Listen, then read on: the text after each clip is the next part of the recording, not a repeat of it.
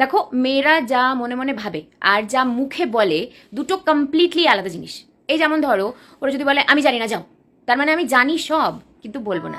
হ্যাঁ, তুমি আরো 4-5 বার বলো বলো বললে পরে বলতে পারি আমার যাওয়ার ইচ্ছা নাই। মানে ইচ্ছা মানে ভরপুর আছে, কিন্তু কয়েকবার তেলাতে লাগবে, তাহলে একবার ড্যাং ড্যাং করে চলে যাচ্ছে। কই, আমার তো কিছু হয় নাই। তার মানে আমার কিছু একটা হয়েছে, আমি কোনো কারণে আপসেট, আর সেই কারণটা তোমাকে আমাকে খুঁচায় খুঁচায় বারবার জিজ্ঞেস করতে লাগবে। আমি সব জায়গা থেকে তোমাকে ব্লক করে দিব, অথচ মনে মনে কি ভাববো যে তুমি অন্য কোনো বন্ধুর ফোনের থেকে তো আমাকে অন্তপক্ষে ফোন করতে পারতা। জিপে, আচ্ছা চলো জিমেলে তো মেসেজ করতেই পারতা। মেয়েরা যখন বলে যে যাও গিয়ে ওর সাথেই থাকো, ওকেই দেখো, তার মানে তুই ওদিকে তাকাতে দেখ, তো সব করে দাঁত খুলে ফেলা দিব। যখন বলে যা খুশি করো, করতে পারবা যা খুশি? এত দাম আছে তোমার?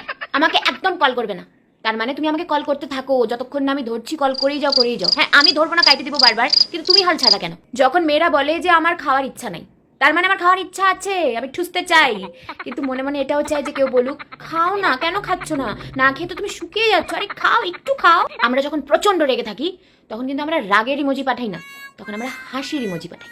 মানে এটাই বলতে চাচ্ছি, মেয়েরা যা বলবে সবসময় তার উল্টাটা ধরেই চলবা, তাহলে দেখবা শান্তিতে থাকবা।